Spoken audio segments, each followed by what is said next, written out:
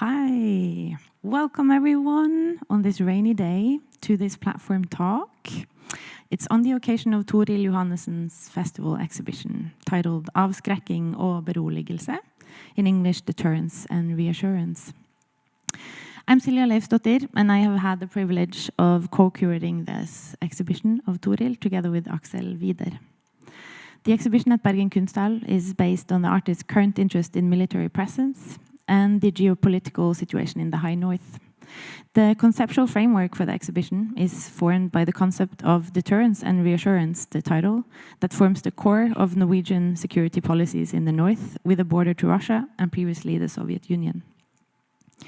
During this exhibition, we have had a series of events that investigates the broad topics of the exhibition from various perspectives, including conversations on cross-border cooperations with Pikene på broen, a talk on radical mapping with Filip Rekasevich, and a storytelling event inviting people to share stories from their life on moments of being in conflict with themselves. It is the last weekend of this exhibition, and we are thrilled to have Aileen Espiritu with us today for this platform talk. I will give a short bio and an introduction before we begin. So, Aileen is a researcher at the Barents Institute at the UiT, the Arctic University of Norway, located on the borderlands between Norway, Russia, and Finland in the Arctic.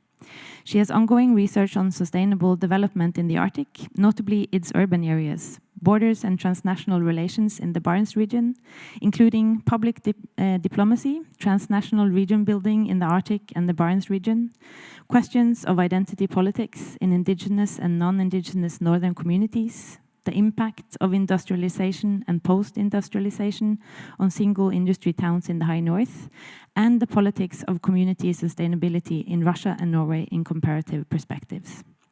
And in doing so, she has interrogated everyday life and community sustainability while comparing these critical questions between the Arctic and with Asia.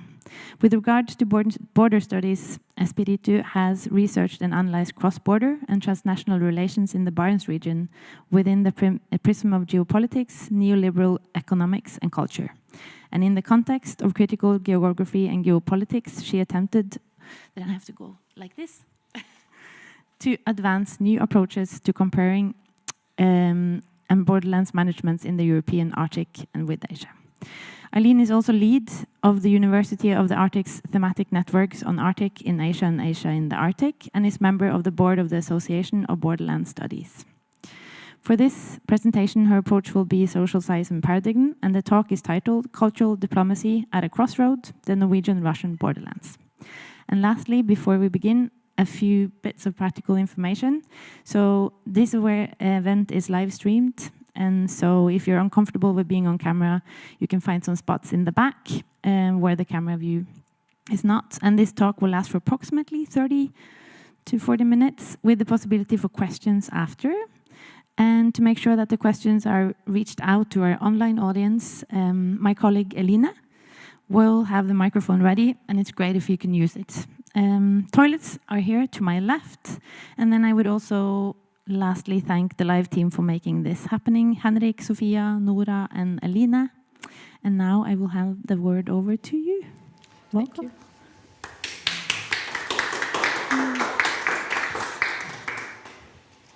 Thank you. Oh, yeah, the sound works. Okay. There we go. This is the title of my talk today. Cultural Diplomacy at a Crossroads, the Norwegian-Russian Borderlands in the Barents region. The End of Magical Thinking, ? First of all, let me just say a few more things about myself that Silja didn't. And first of all, and maybe most importantly, I want to thank Bergen Kunsthall for inviting me here. Thank you, Nora. Thank you, Silja. And also, of course, thank you to the artist, Toril Johannessen, for her magnificent work of genius, I would say. It was actually very emotional after I walked through with it with Silja earlier today. So, but I come not from Norway, as you may have discerned. I studied all of my degrees in Canada, including my Soviet studies very, very long time ago, while the Soviet Union was falling, and then my PhD also on then Soviet and Russian studies. But as you may have discerned already, it's quite a different viewpoint when we stand in Norway as from we stand in Canada. My education was very much Russia, or the Soviet Union, the enemy, always the enemy. And by the time that 2010 came, when Putin had only been in power for 1 year, already there was a great skepticism about what was going on in Russia after a democratizing period from the later part of the 80s to the Yeltsin years, when democracy seemed to be the answer for the development of Russia and the Russian state. But in Canada, we didn't see it this way. It was again, a great skepticism. When I moved to Norway in 2007, I was taken aback at how friendly Norway was to the neighbor to the east.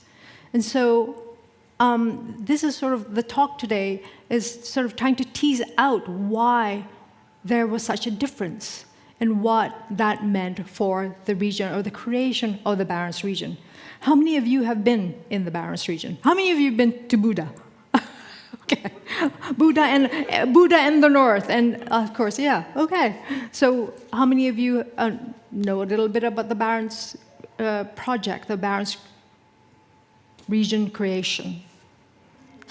Okay, I'm not going to be doing a lesson on that today, but let me just move forward and tell you about my thinking on this. And there certainly was a synergy. I have not met her, so I'll have to read her name. Viveka Flesland Havre's curated meeting on Thursday evening on meeting yourself in between this conflict, meeting yourself at the door.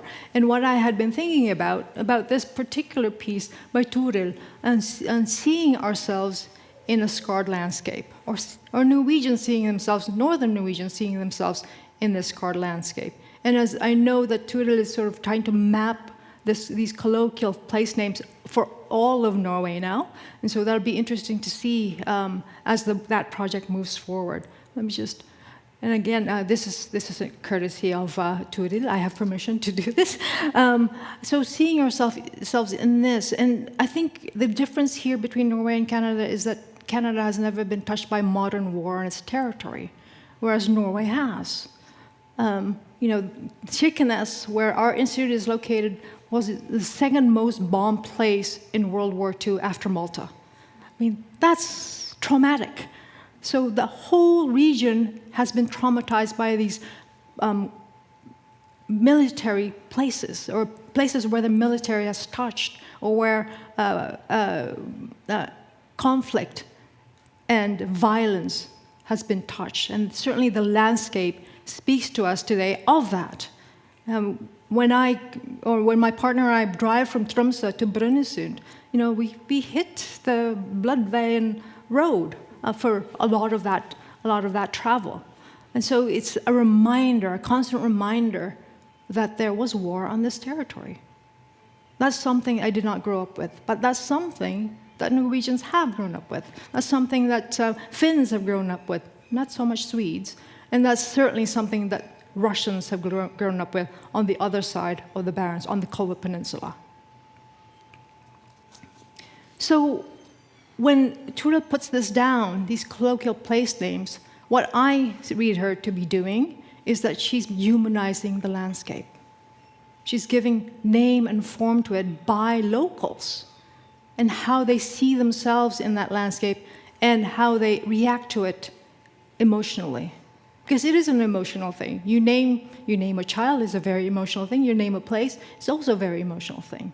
And so the colloquialism of the place names is, I think, really key.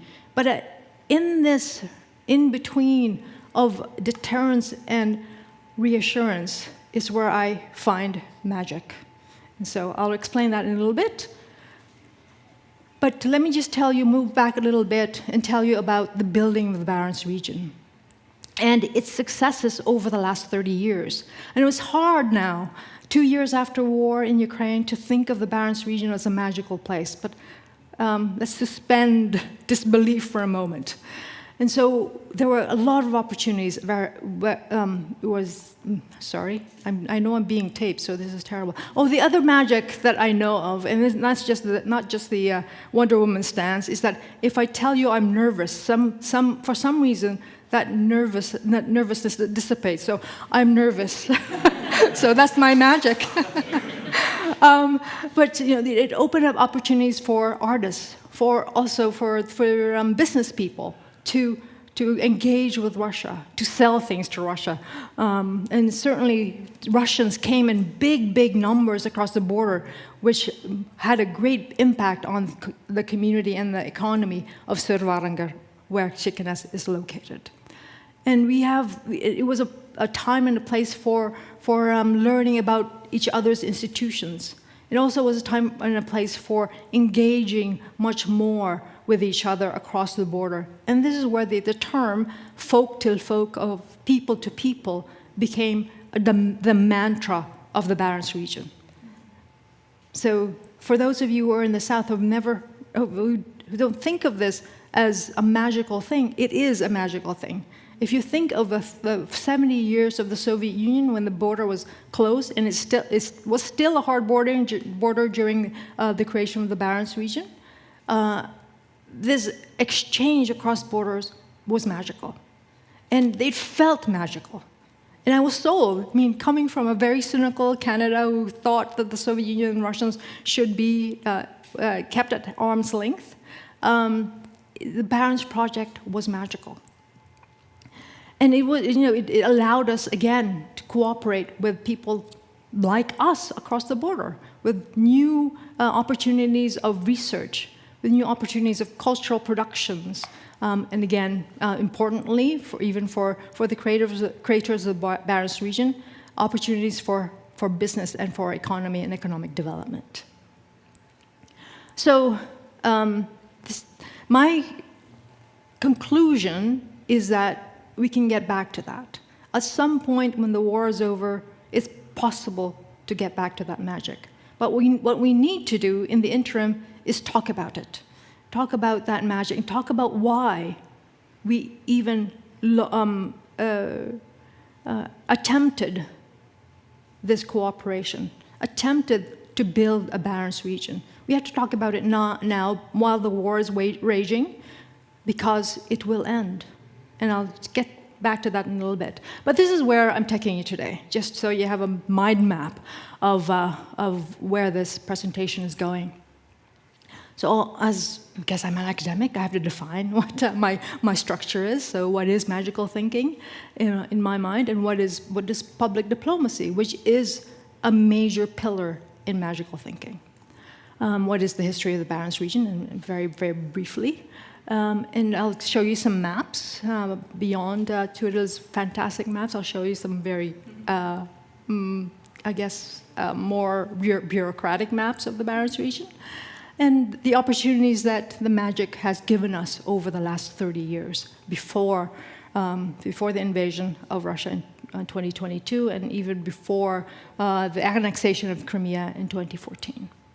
And then to ask the question, is this the end? Is it the end to magical thinking in the Barents region, or indeed in the Arctic, as we see it today? And then I'll go back and remind you of what the measures of these successes are.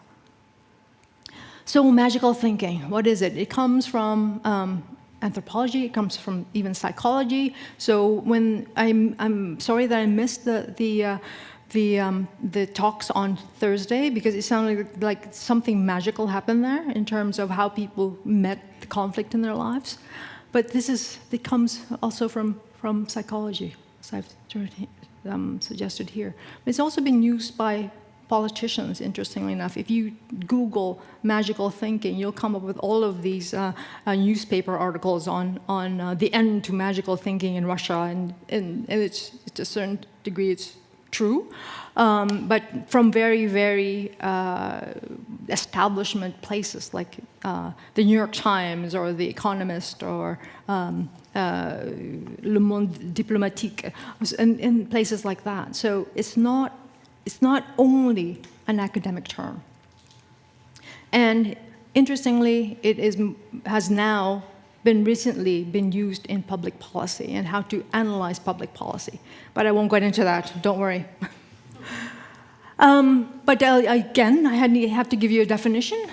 It's broad, it's normatively attractive, so we want magic to happen, right? We wanted this samarbete, this cooperation with Russia to succeed because they are our neighbors. They're big, and they are, for all intents and purposes, like us, humans, who want a better life every day. And it's something that, again, people cannot argue against. So it's an easy sell, in fact. Creating the Barents region as magic was an easy sell for those who lived in the Barents region.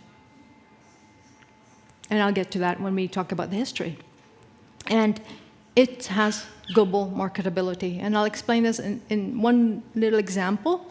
When the delimitation line was signed in 2011, there were all kinds of jubilee about it in Shekenes. We had a cake, the prime minister came, we had meetings with the prime minister. It was jubilation that this document that had been in process for 40 years, since the early 1970s, had finally been signed with Russia.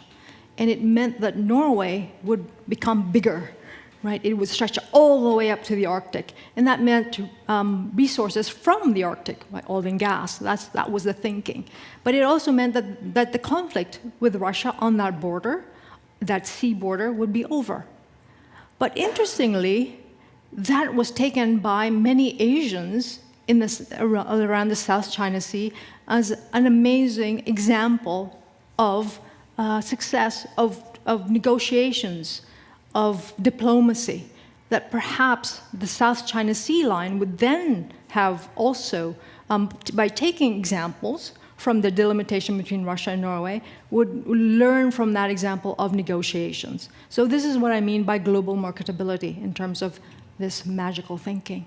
And my addition to this list of 4 is aspirational. And I'll talk about that a little bit later. But again, as I suggested earlier, the major pillar of this, and this has been so in the Barents region, the creation of the Barents region, is para-diplomacy or public diplomacy. It could also be cultural diplomacy. It could be sports diplomacy. I mean, we are right now at the end of the largest sports diplomacy that the world has ever seen, right? The Olympics. It's supposed to build peace. And this is basically what public diplomacy is. So it's unusual, even for an elected official like a mayor in the local region or a local comuna, to be engaging internationally. That has been unusual. This has been a sea change in how local municipalities engage internationally. And in Shekenes, in Sør-Varanger, it happened on a daily basis after 1993. And this is unusual. This is not something that's de rigueur from most municipalities. They sort of focus in on what they need to. But in Sør-Varanger, they had to extend a hand to Russia because they were neighbors and because they saw opportunities there that would advance peace, that would advance cooperation.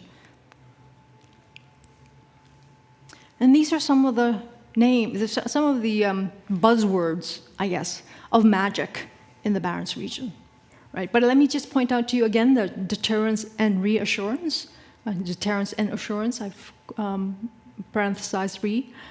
Trust has been a major pillar of magic in the creation of the Barents region. Hope. But one of the things that will see us through, I think, besides hope, I think it will, is human rights. We have to latch on to this idea of human rights and to keep telling our neighbor, Russia, that this is essential. This is essential for cooperation going forward. And if I have time, I'll tell you a little story or a little story about that. So what is the magical history of the Barents region? Mikhail Gorbachev comes to Murmansk in 1987 and gives a speech. He wants peace in the Arctic. He wants to demilitarize, he wants to take nuclear weapons out of the equation of Arctic. And so this was taken by everyone in the West as amazing, that this guy in the Kremlin would actually make the speech. And this is what was the foundation of the building of things like the Arctic Council later on. And certainly that was something the Norwegians were listening. They took this speech at its value. And so that by the early 1990s, we have Thorvald Stoltenberg saying the Barents region can be a peace project. And again, let me repeat myself, this is magical, right? After a Soviet Union that had been so strident in saying we have nuclear weapons, we can bomb you at any moment. Remember, maybe many of you won't remember this. I guess, I mean, I didn't live through it myself, but people in the borderlands did. There was that threat always.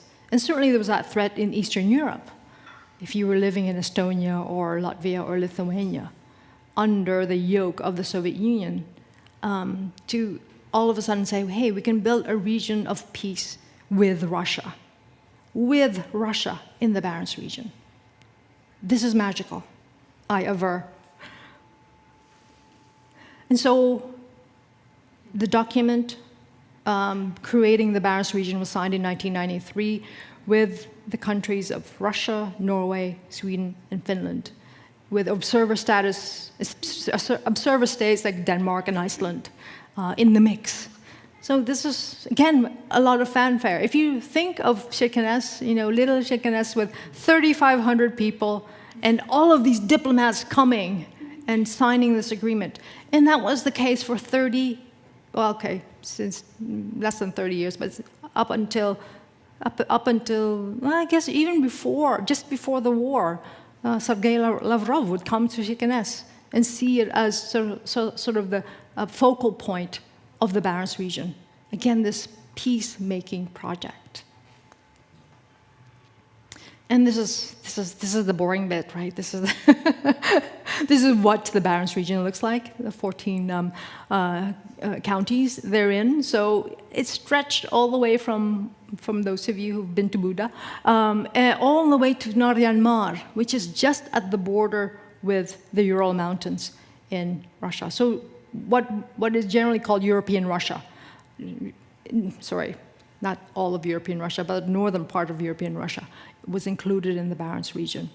And importantly, there were over 5 million people, or there are over 5 million people who live there. I mean, this is significant, right? I mean, that's the size of Norway. So that is significant. Not so much significant from the point of view of Russia, which is 120 million people, but people live there or live up there, as I do, and have everyday lives in this creation of the Barents region. I'm making it sound like a complete success, but I'll get to that in a moment.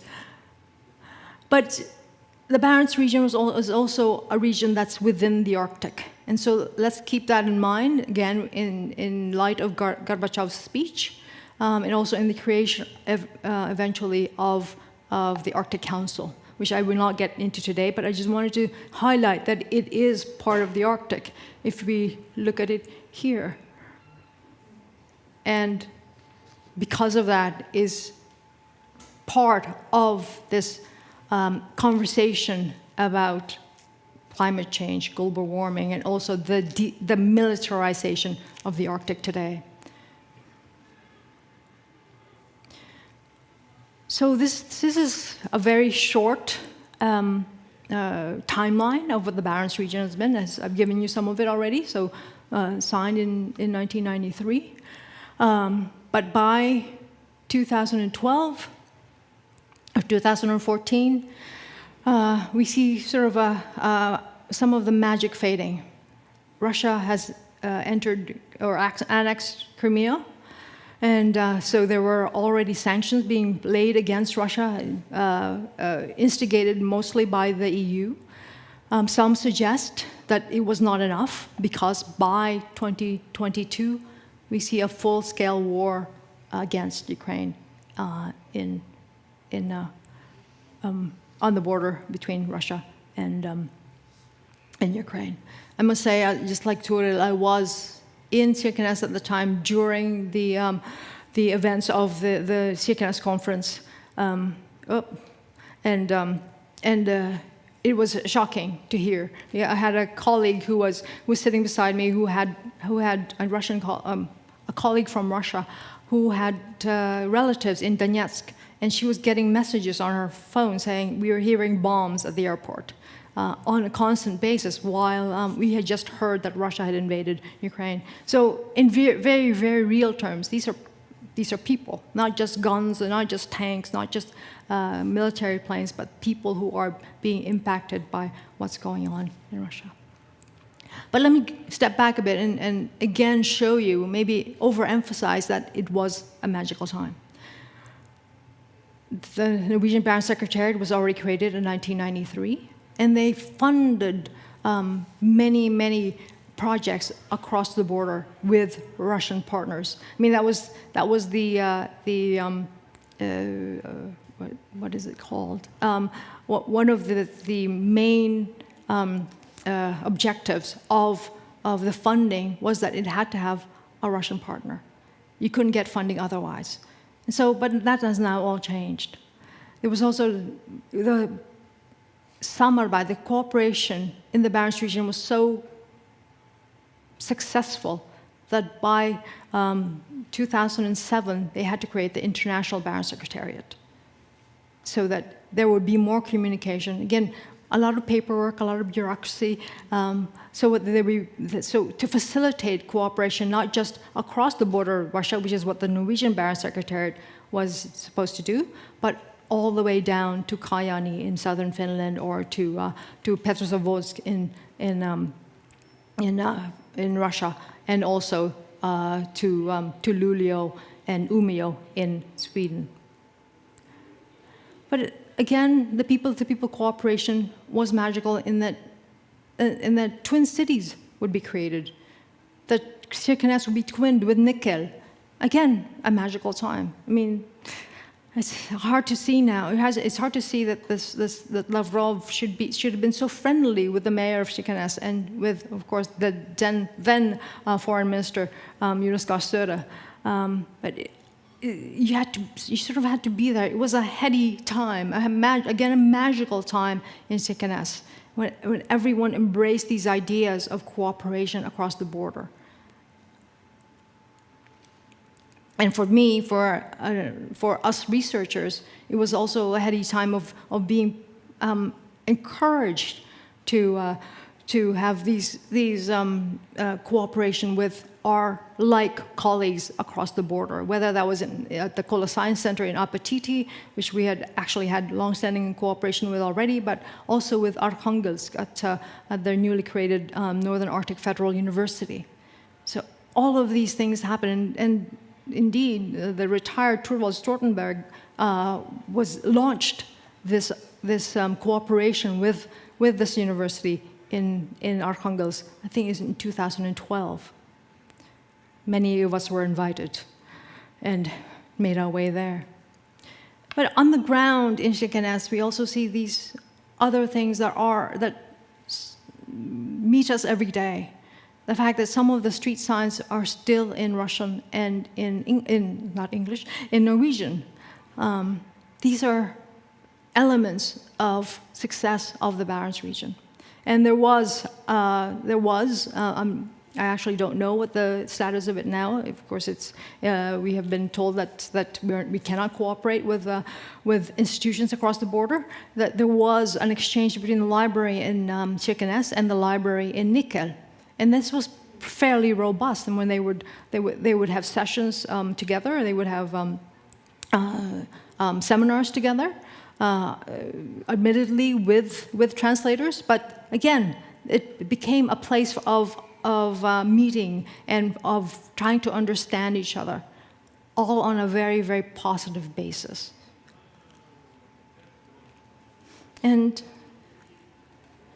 the border became a resource for business people in the region. There was a bridge built that would make it easier to go from Kirkenes to Murmansk and return.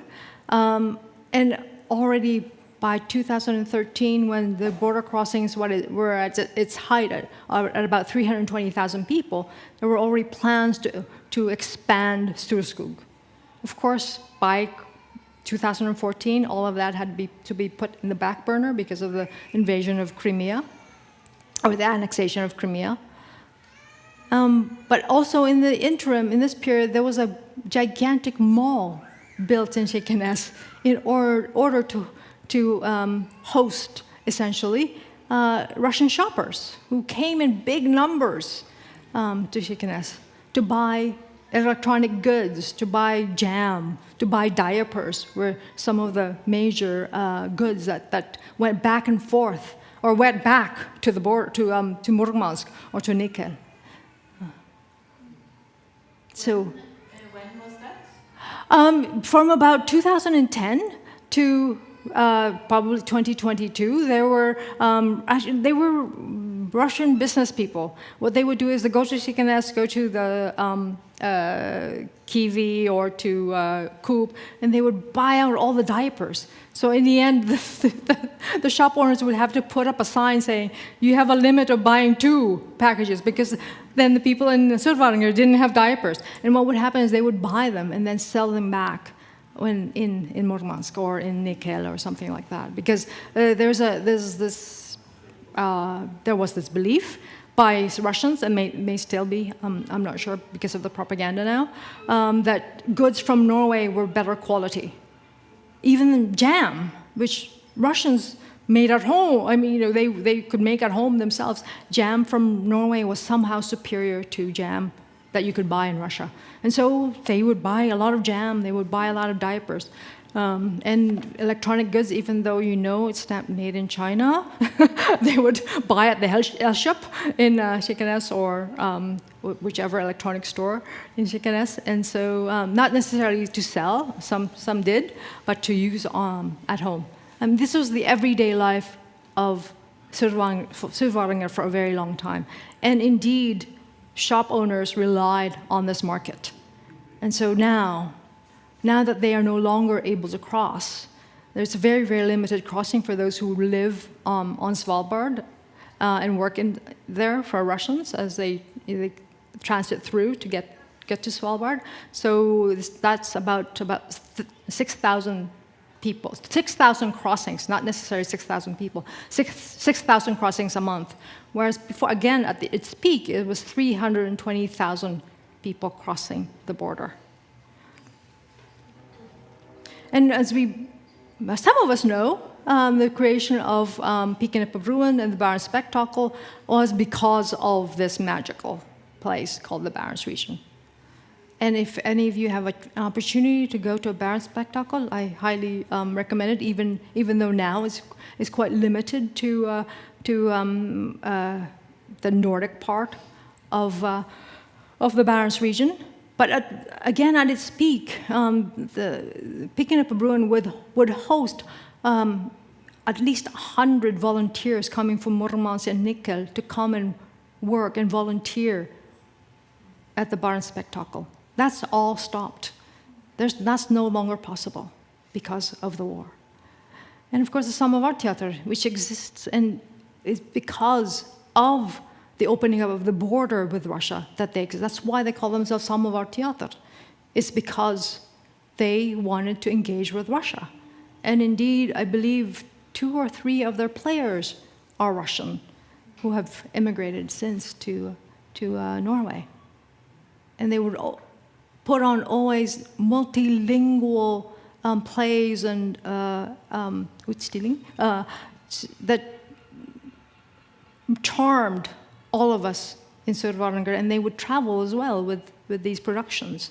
But always that one of the major themes was border crossing, or bridging that border between cultures. Not just Russia and Norway, but also they've done work in Georgia, the Russian-Georgian border. So again, I think it's quite magical. And of course, sports diplomacy, the Barents Games, which no longer include Russia, but apparently still goes on with just the Nordic countries. So is this the end? And I should look at my time. Oh, sorry, I'm speaking too much.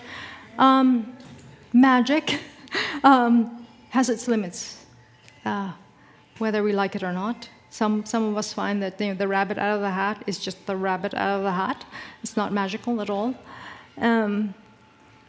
At some point, it was this heady time. You sort of got hypnotized by it.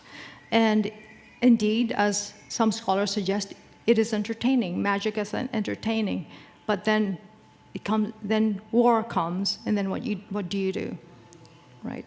How do you overcome or get back or sort of analyze that magic? And so this is essentially what needs to be done now. Because of the invasion of Ukraine, illegal invasion of Ukraine by Russia, we have to sort of reorient ourselves as a Barents region, as a Barents people, as Norwegians, as humans, I think. How do we engage with Russia again? And how do we not dehumanize Russians in Russia? Because it's not, for the most part, it's not their fault that the dictator at the Kremlin has decided to invade another country illegally. And this is sort of meeting yourself at the door, looking at yourself in the mirror. Have we been so naive to think that Russia could be like us? It's a hard question. What does that mean exactly? Because I've met many Russians, and they seem to be like me. They want to be happy, they want families, they want jobs, they want stability. They want to live in democracy. And so all this talk or this recrimination about naivete in Norway sort of is baffling especially after all the magic. Have we really been that naive? Or how do we analyze ourselves in this context? And indeed, other examples of the end of magical thinking is the termination of many of the sister city agreements across the border. It also means that we have now NATO very much on Norwegian soil. I mean, it had been there before, but now it's really present. And when you have an American submarine coming to Tromsø, then it's really like, okay, what do we do now, right? I mean, how do we process this? And why is it that the US have also now an office in Tromsø? What does that mean for diplomacy? What does that mean for cooperation for us in the High North, in the Barents region? And what does it mean when our Russian colleagues are under suspicion? I mean, this was a clear case of espionage.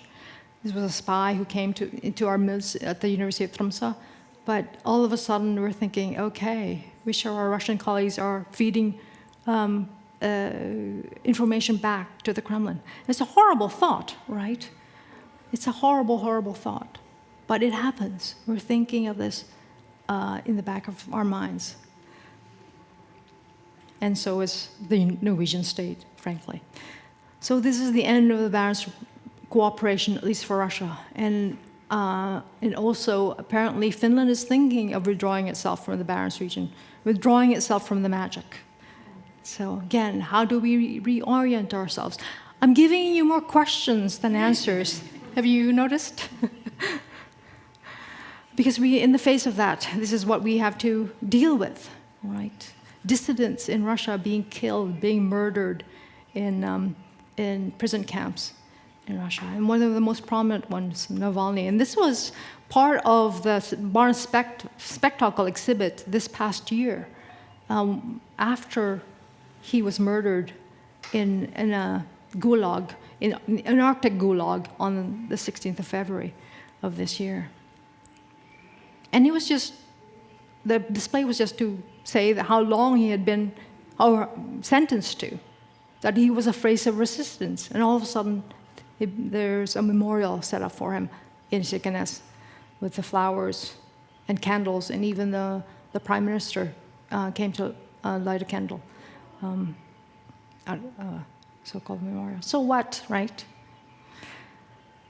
So what I want to do is to say that one of the things about magical thinking is that it's aspirational, that we can get back to a magical place, I think, because I think for most humans, we try to think positively. No? Yes? I try to think positive. It'd be terrible if we thought pessimistically all the time. So we have to, my thinking is that we have to get back to that magical place of cooperation across borders. And it may take a long time. The acting General Secretary of the Norwegian Barons Secretaries has suggested in news interviews that it might take a whole generation. So it might not be in my lifetime, it might be towards the end of my lifetime. But nevertheless, it's something that we should aspire to. Because there are elements in Russia who don't think like Putin, who are dissenters, who do not agree with war, and who are peaceful and want to get back to peace. So again, I remind you of these measures of success of the Barents region. And that one of the key things of this is that it habitualized cooperation to make it second nature for those of us. So much so that when I write a project proposal these days, I have to stop myself to think, when I say, oh, we can invite this person from Russia, I actually have to stop myself because, oh no, we can't, because we are not supposed to do this. But it has become habitual for us to think of our colleagues across the border. And I think this is also quite magical and a measure of success of creating this region of peace that Thorvald Stoltenberg called the Barents region. And indeed, the Barents region is not just a natural geographical configuration. It is a political project, a political peace project. And this is the hope. These are Russians who have come to Kirkenes to work at the Barents Observer who do not agree with the regime. But they are able to access information from Russia and report it to us.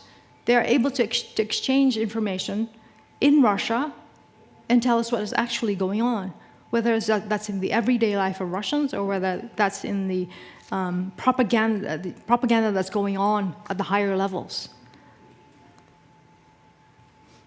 And it's also looking towards our Nordic neighbors. We have to think of that as a positive.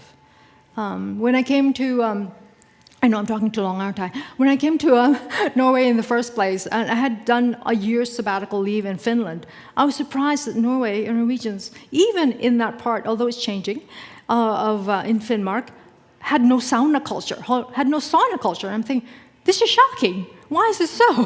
Why have they not adopted what their neighbors have known for centuries? Why do they not have saunas in their apartments or their homes, right? But now that this sort of gives us an opportunity to learn more about each other. It's actually shocking that Norwegians don't know very much about their Nordic neighbors, even though the cooperation has been there since the 1950s, right? We all have the Moomin cups, though, right? So, but no sauna culture in Norway. It's changing, I know it's changing. I had an interview with Yevgeny Goman a couple of months ago, and he is one of these. He's not an official exile, because he had gotten a job with Pikenepebruin about a month before the war began, and so he works and lives in Kirkenes. He and his partner, his wife, have just bought a house, and they have two wonderful kids. But he's very much traumatized. When I interviewed him, and this is why sometimes I just quit interviewing people, we both started crying, because he's named his situation in Norway, even though he prefaced that by saying, "No, I have a good life here. I have a good salary. We have now bought a house. Our kids love it here. They're learning Norwegian." But he's very much traumatized, because he's this 44-year-old man who now basically has to start from zero. He says in Murmansk, he had a name, he had status, but in Norway, he's Yevgeny Goman, the Russian. And sometimes when he tells people he's Russian, they sort of step back. And so this has traumatized him to a certain degree. But what he's done with this trauma is that he's now creating a project that will ask refugees about their own trauma. So this is his way of giving back to the community and to giving back to the local refugees in Sør-Varanger, which is, again, a measure of hope and measure of humanity, I think, and a bit of magic. And this is also what the eye of, and as I went through the tour earlier today with Celia, the We project by Turil Johannesson tells us that we are this region, whether it's I or we have to shape the region to how we want it to be. That it's sort of in our power to bring back that magic if we want to, when we want to, when it is possible.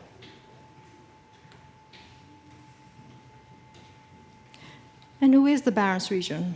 I would aver that it's all of us.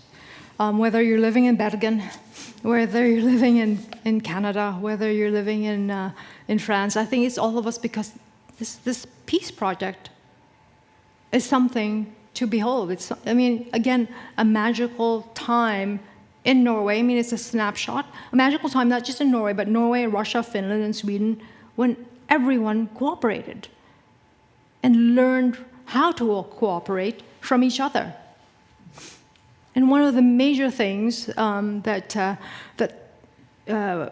policy analysts will tell you is that one of the magical things about cooperation is trust. And this is something that was built during the Barents region, the creation of the Barents region, this idea of trust. And so I go back to Turil Johannesson's we, even though I did not tell her I would show this to you. I told her about the other ones, so excuse me for that.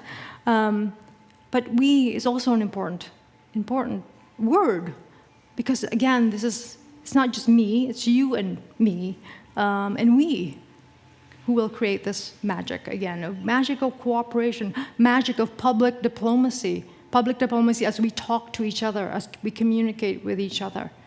I come from Canada, and we have a big brother to the south, or big bully to the south. No, but we talk to them, we engage with them, we have to, because they are so big. And it's the same with Norway. The same thinking is that we are so small, so we have to engage with the big bully to the east. I shouldn't have called the US the bully, but I'm sorry. But they are sometimes quite overwhelming, especially for us Canadians. So this is where I've taken you today. And I hope they've gotten something out of it. And so now what I want to do is, I guess, open up the floor a little bit and see what your magical thinking is about. Thank you. Thank you for listening.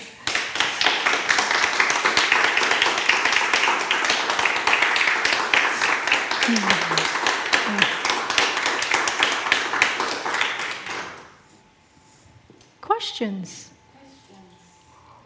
Aileen will have the mic if you're willing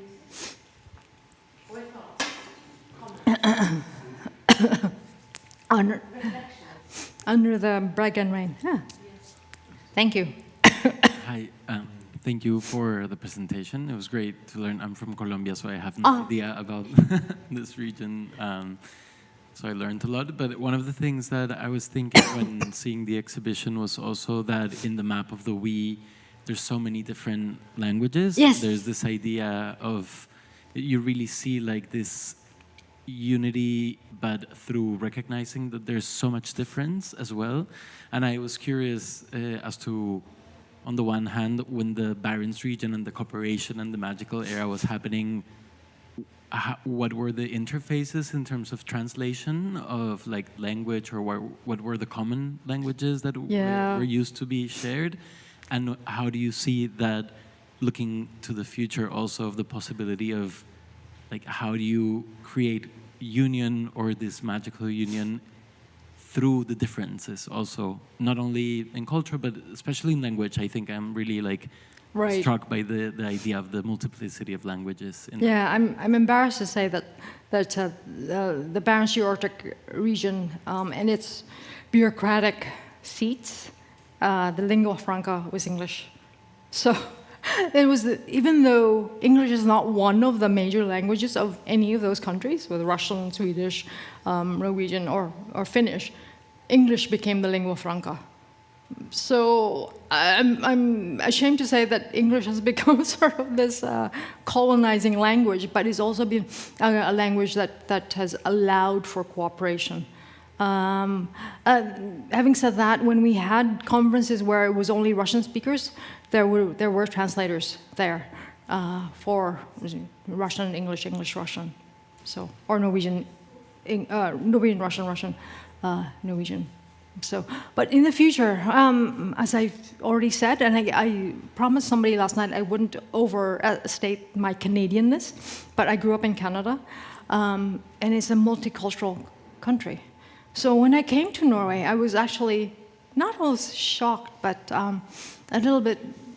I always look around the room. See, in this room, I am the only visible minority, right? But in Canada, that's not true.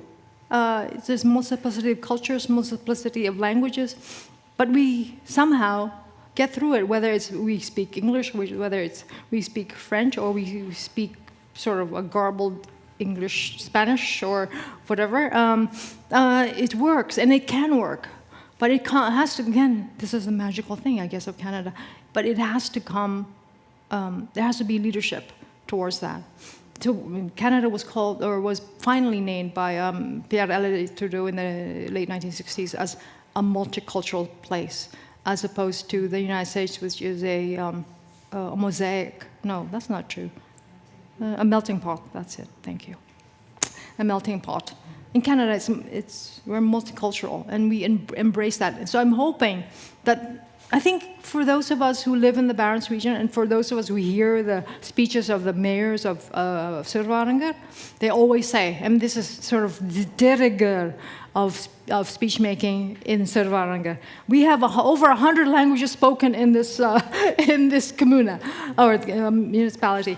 And so I'm hoping that will, once you say enough, then it would become real. And one of the major ethnicities that has to be promoted, that we must pay attention to, is the Sami. And so that's clear, because again, coming from my Canadian sensibilities, that is their traditional territory, and we're just coming in and using their territory.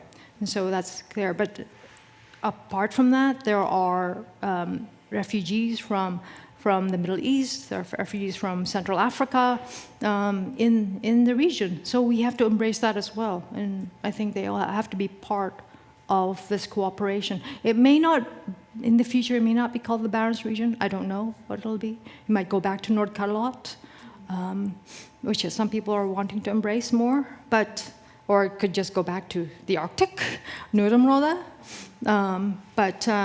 Yeah, I think multiculturalism has to be a major part of that identity. Again, my Canadian sensibilities, though.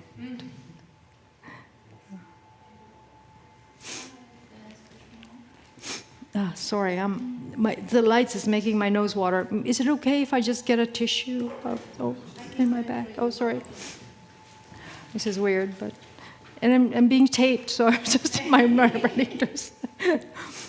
Should I wait to No, ask, go ahead. or- No, sorry. Okay. I'll think about it as a...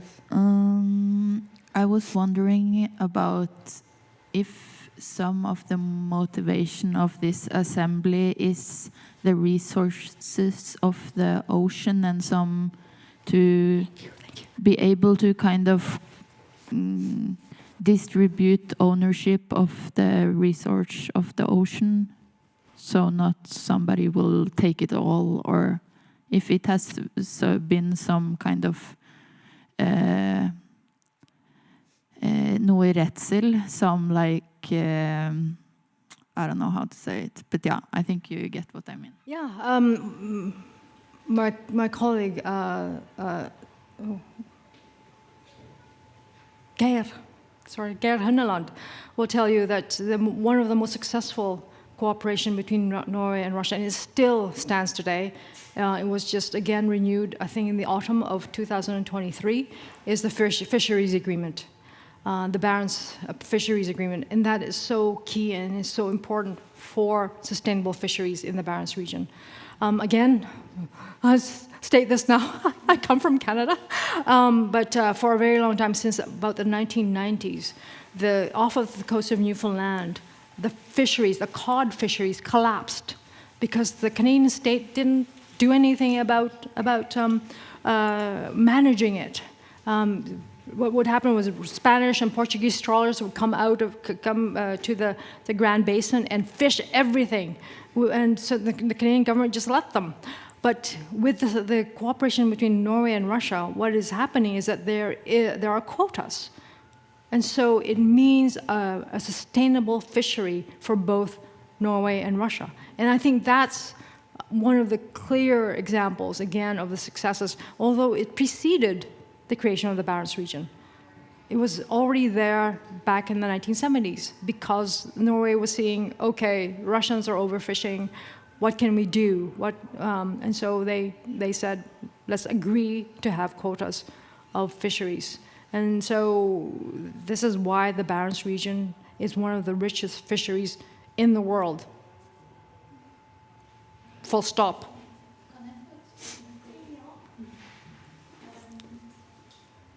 Also wondered if it is that the smaller countries saw themselves as kind of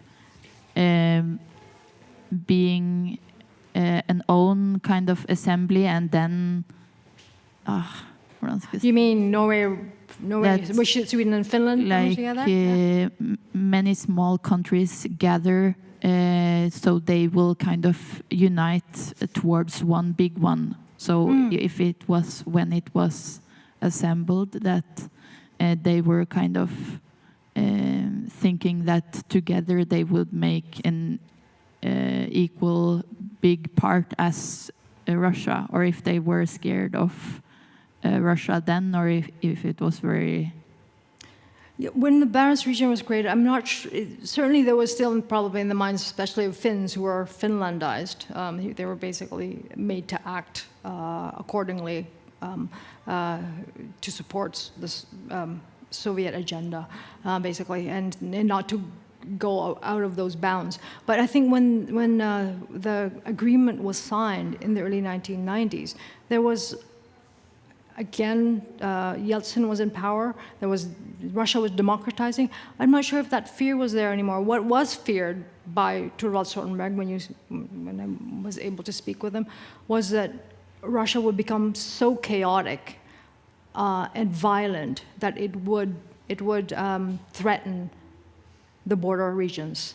So that was the major fear. But the Barents region, or the Barents Cooperation, was amongst municipalities, amongst counties. And so I think small municipalities themselves saw opportunities there. If they could cooperate with the municipality, for example, Finland took great advantage of this. If they can, or Kajani, for example, could cooperate with Petrovoz in order to trade in forest products. That would mean that the municipalities themselves would have advantages, economic advantages to that. But I'm not sure if fear or coming together as an assembly was a major concern for the smaller states. Having said that, certainly when Thorvald Stoltenberg was saying this should be a region of peace, he was very much cognizant that Russia is a big power. Yeah. But hanging on to those threads of Gorbachev's speech in 1987 was clear, and almost every document that you see about the Barents region, that analyzes the Barents region, will refer to that speech, that Murmansk speech. So I'm not sure if that answers your question. So, yeah, varsågod. Thank you so much. It was really great to just see this historic timeline in a way. Visualized. It was great. I guess this is more of a reflection because this magical thinking term started, and then started making me thinking of course, this folk to folk, people to people. So it is like it's so much reliable on a human relationship. Yes, yeah. Between people, and so it's easy to think of it also like a breakup in a way. You know, that it is a human breakup where it's been betrayal, and it's shock, and it feels like this, as you mentioned, then trust and naivety, and these so these words, and following the discussions in the news from Barents, it is like following a relationship and a breakup in a way. It's like one part saying that the fisher boats should of course be in Kirkenes, and then you have this feeling of saying that's naive and stupid, where you should have the borders open, and then some people still want to have that, and then the other side is thinking that it's stupid and naive. So a lot of these discussions that are happening now is these whether or not we have been naive and are continuing to be naive, if we were stupid, or if it was this whole idea that it felt magical, it was magical, and now a lot of people have turned it into, in a way, that we were stupid and we were naive. And seeing these discussions, it feels like following this human relationship where trust has been so broken that it's hard to picture that it become, like you say, how can you build it up to be this magical place when the betrayal and the trust is so broken? That's, it's a long way to go. Yeah, I agree with you. After the full invasion of Ukraine, as I've told other people, this Kirkenes became a very sad place, but sadder still were those promoters of the Barents region. The Norwegian Barents Secretariat, including the International Barents Secretariat, were so sad. I mean, they just almost, this grief that they had been building this thing for 30 years, and all of a sudden it's come tumbling down because of one dictator in the Kremlin.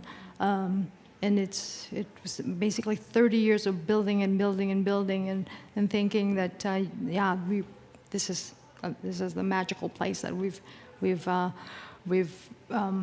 accomplished, to see it all come apart in one night, essentially. One ordinary night. I mean, the only thing that made that day extraordinary was that there was a Kirkenes conference going on. So. And we were all there, and so was the Russian ambassador to Norway. So it was heavy, shockingly heavy. Yeah.